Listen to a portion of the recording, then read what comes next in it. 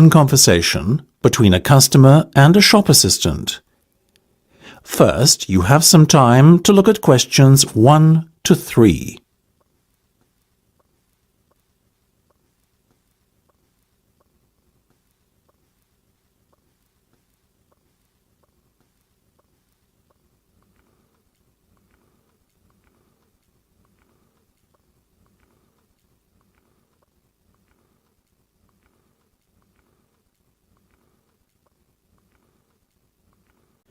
You should answer the questions as you listen, because you will not hear the recording a second time. Listen carefully and answer questions 1 to 3. Good morning, Jenny's Suit Rental. Jenny speaking. How may I be of service? Hi there. My name is Max Jones. That's Jones, and I'm looking to rent a suit out for a special occasion. Certainly, Max. We charge a set fee for our services. You can either choose from our designer range and pay £50 to rent your suit out, or choose from our standard range at a cost of £25. So, what will it be? Oh, the first option, please, Jenny. £25, did you say? Unfortunately not. The designer range is twice that price. Oh, in that case, I'll take the second option. Standard, was that it? That's right. Now, before we go any further, may I ask how you intend to pay? Do you accept checks? Yes, but only in exceptional circumstances. We prefer cash or credit card. Well, as I haven't got one, does this count as those circumstances? Yes, that'll be fine. Make it payable to Jenny's Suit Rental. Will do. Before listening to the rest of the conversation, you have some time to look at questions 4 to 10.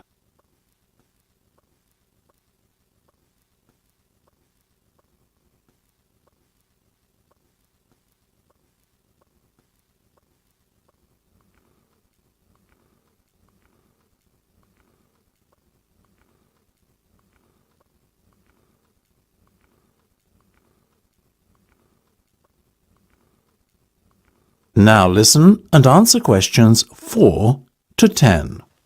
Now, Max, can I take your measurements, please, and a few details about what sort of suit you have in mind? Certainly. Let's start with the trousers then, shall we? What is your waist size and leg length? I used to be 32 waist, you know, but these days it's more like 36. Too many cream pies. I've been there. And about the leg, 34? I wish. I'm afraid I'm somewhat lacking in the height department. Not even a 32. 30, I'm afraid. Never mind. As for the colour, could you do a dark grey suit? In fact, we have a very smart one of those in just your size. You're in luck. Now, what about shoes? Same colour? No, I think I prefer something darker. OK, let's go with traditional black then, shall we? What about size? I'm a size 45. By my calculations, that's 10 in our sizes. And style? What have you got? We do suede, nubuck and traditional leather. Definitely the last one. Very well. And will you be wanting a necktie? Do you do bow ties? Of course. I'll put one of those down on your order.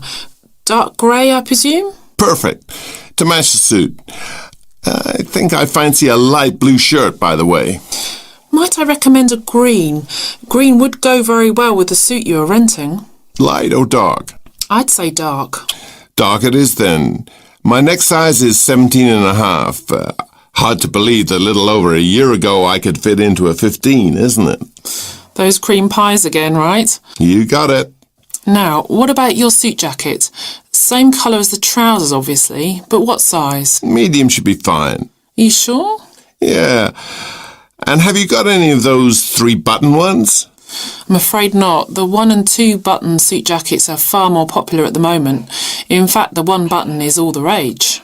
Let's have that one then. No problem. Now. That is the end of part 1. You now have half a minute to check your answers.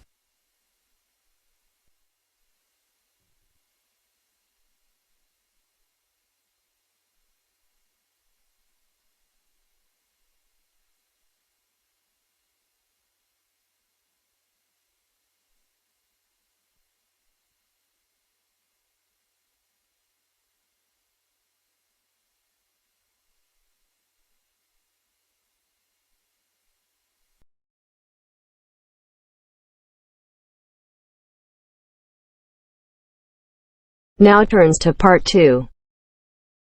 Part 2. First, you have some time to look at questions 11 to 16.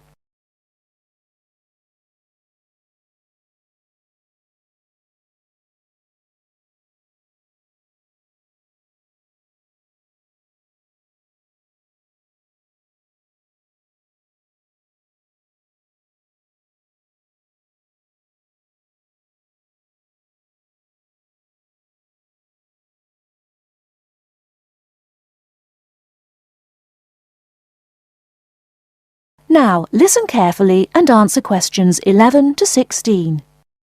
I'm here today with Helen Warner, who has been a vegetarian for many years and is going to talk a little about vegetarianism. Helen, the concept of vegetarianism seems to have interested a number of our listeners who have sent in some questions. To begin, what made you want to become a vegetarian?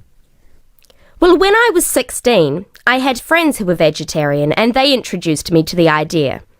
My parents were typical of their generation and ate meat at least 3 or 4 times a week, so I didn't really think about it too much until a few years later. It was while I was at university that I really thought about it and decided that it was unfair to eat meat when there are so many alternatives available. Is there anything you miss about not eating meat? No, not really. As I said, there are so many substitutes available these days, perhaps the most important of which comes from the soya bean. Soya is so versatile and is the staple substitute for most vegetarians. So what about the nutritional value of vegetarian food? Isn't it true that there are some vitamins that you can't get from soya or vegetables alone? Surely people need these vitamins. Yes, that's correct. But actually there is only one vital vitamin that is only present in meat. That's vitamin B12. Most vegetarians are aware of the implication of this and actually take B12 supplement in the form of tablets. Of course, the way you cook vegetables is also very important in preserving vitamins. Many countries, particularly the UK, have a reputation for overcooking vegetables. Water-soluble vitamins, where the vitamins are dissolved into the water, are often lost. Vitamin C is a common example. However, the loss of vitamins can be avoided by microwaving or steaming vegetables, which is what I do whenever I cook. Some people don't want to change their cooking habits too much, so if you do boil them, simply cut down on the cooking time. So a vegetarian diet is fairly healthy then? Oh yes. A lot of people believe that vegetarianism is unhealthy, but that's actually not the case. Vegetarians are actually considerably healthier than many meat eaters.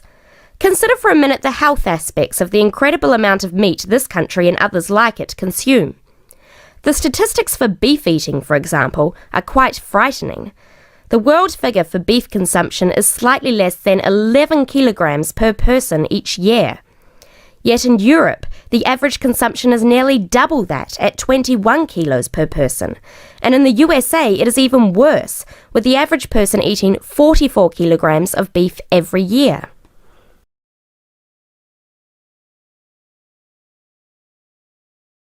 Before you hear the rest of the talk, you have some time to look at questions 17 to 20.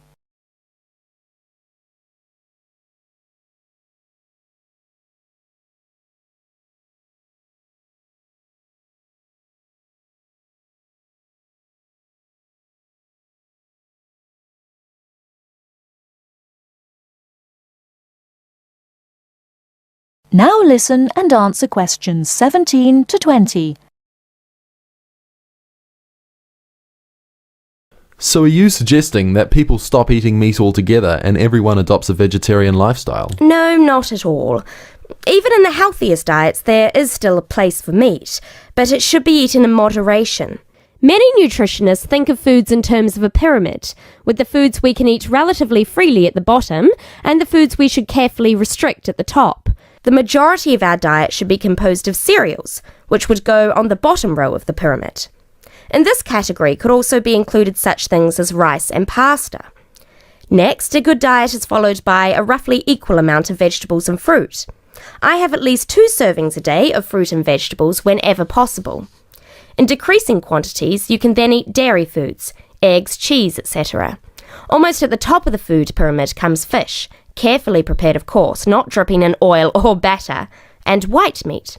Chicken, for example, is a comparatively healthy meat, but again, a lot of this comes down to preparation methods. Right at the top of the pyramid come the ingredients of far too many Western meals, red meat and potatoes. It is particularly in that area that I would suggest moderation. Well, thank you very much, Helen. I'm sure that a lot of listeners are interested in your views. How could they find out more about the health benefits of vegetarian options? Well, there are lots of websites and books on healthy eating and vegetarianism, but it is always important to remember to consult your doctor before making any radical changes to your diet or lifestyle.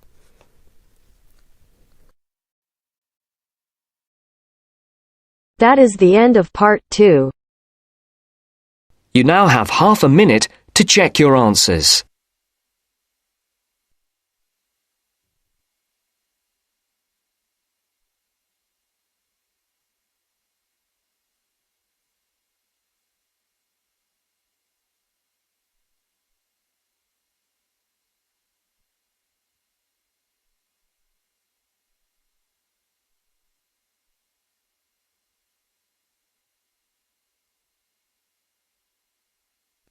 Now turns to part 3. Part 3. You are going to hear a lecture. First, you have some time to look at questions 21 to 25.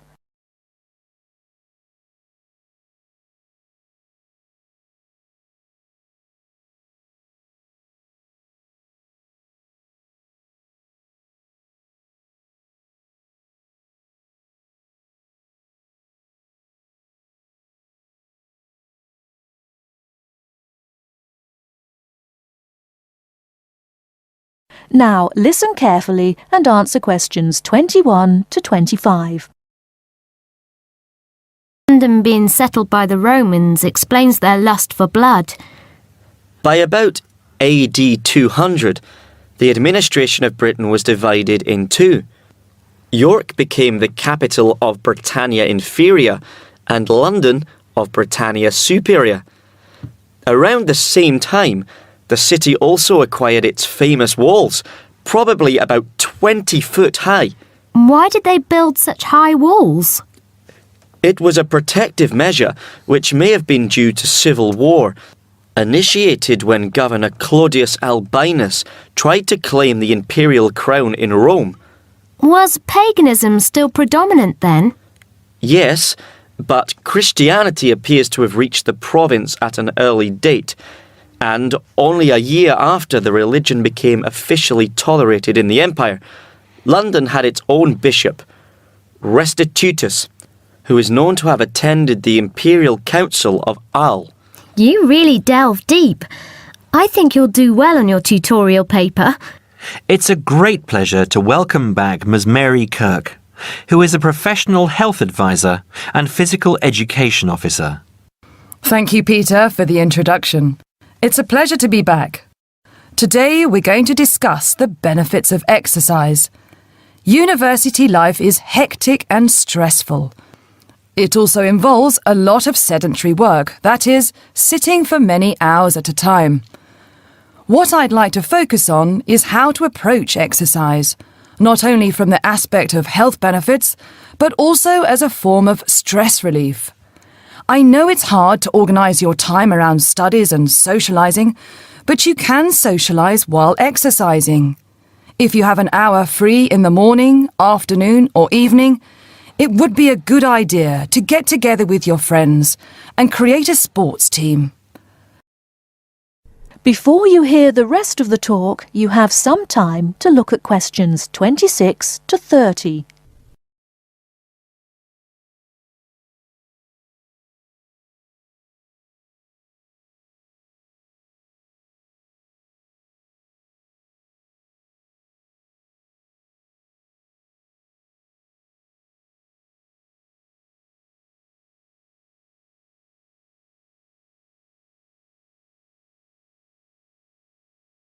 Now listen and answer questions 26 to 30. The grounds of the university are ample enough to support every student's need to become active. There are also readily available facilities at your disposal, such as a football field, tennis and badminton courts. There's also a swimming centre, and within that building is a gymnasium with a variety of programs such as aerobics and weight training. If the idea of attending one of these facilities seems daunting, then you can walk along the river. Oh, and that reminds me, the university also offers rowing. If there is a sport that you're interested in that's not on offer, you can approach either your student union representative or speak with Sports Administration Manager, Mr. Lawrence Cavendish. Now, I want to talk about why exercise is beneficial, physically and emotionally. The obvious results are physical. You can keep fit by using muscles that ordinarily don't get used in the classroom. The health benefits are astronomical. You'll live longer, be happier, and look good. By building muscle, you strengthen your bones, a definite advantage for women in their later stages of life, as women are prone to osteoporosis. It also strengthens your heart. Yes, don't forget your heart is a muscle, and the more exercise you do and the harder you work, the more blood is pumped from your heart to your brain. Now this brings me to the psychological advantages of exercise. When we are active, endorphins are released into our brain. An endorphin is a chemical that is released when your heart rate is pumping beyond its normal capacity. It's the same as adrenaline. You can actually feel when endorphins kick in. You feel a rush, almost a high. The benefits of this are numerous. Your brain works at peak capacity for a longer period of time. Your awareness is maximised, and the fatigue you usually feel at 4 o'clock in the afternoon will be non-existent. In one word, exercise makes you sharp. Now, I'm not saying that you should overdo exercise, because too much of anything can be dangerous. But if you think about your daily routine, you spend about 6 hours a day in lectures and another 2 or more hours studying. That's a long time to be sitting. And that is a long time for your body not to be moving around. So try and find at least 1 hour a day to get some exercise. If you can't fit in 1 hour a day, try 1 hour every second day or half an hour a day. You will see rewards instantly. You'll feel great and look great. This I can promise you. That is the end of part 3. You now have half a minute to check your answers.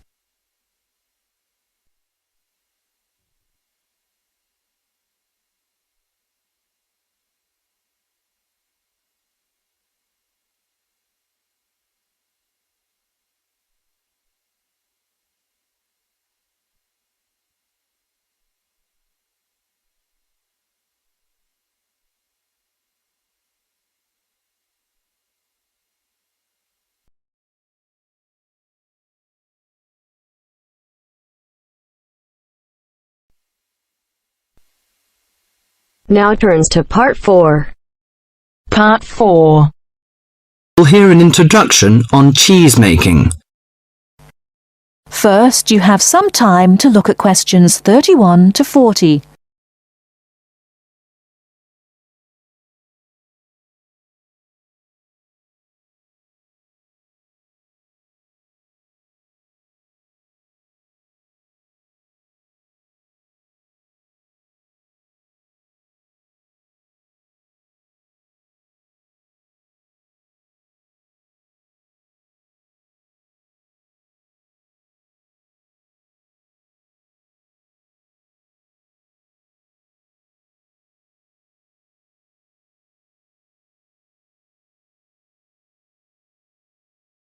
Now listen carefully and answer questions 31 to 40.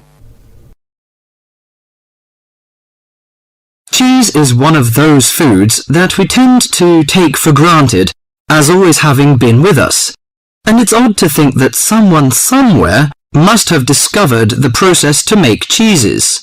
That takes place today. In the studio to tell us all about it is Monica Maxwell. Today, we all know that the process of making cheeses takes place when microorganisms get into milk and bring about changes in its physical and biochemical structure. Well, obviously, we don't know who discovered the process, but it's thought that it came from Southwest Asia, about 8,000 years ago. In the early time, there were mainly two types of cheeses. One of them was rather tasteless and bland, in the case of the so-called fresh cheeses, which are eaten immediately after the milk has coagulated. And another one was rough-tasting and salty, in the case of the ripened cheeses, which are made by adding salt to the soft fresh cheese and allowing other biochemical processes to continue so that a stronger taste and a more solid texture resulted. The ancient Romans changed all that. They were great pioneers in the art of cheese-making, and the different varieties of cheese they invented and the techniques for producing them spread with them to the countries they invaded. This spread of new techniques took place between about 60 BC and 300 AD. You can still trace their influence in the English word cheese, which comes ultimately from the Latin word Caseus, that's C-A-S-E-U-S. At this stage in history, people weren't aware in a scientific way of the role of different microorganisms and enzymes in producing different types of cheese, but they knew from experience that cheese's tastes were relevant to something.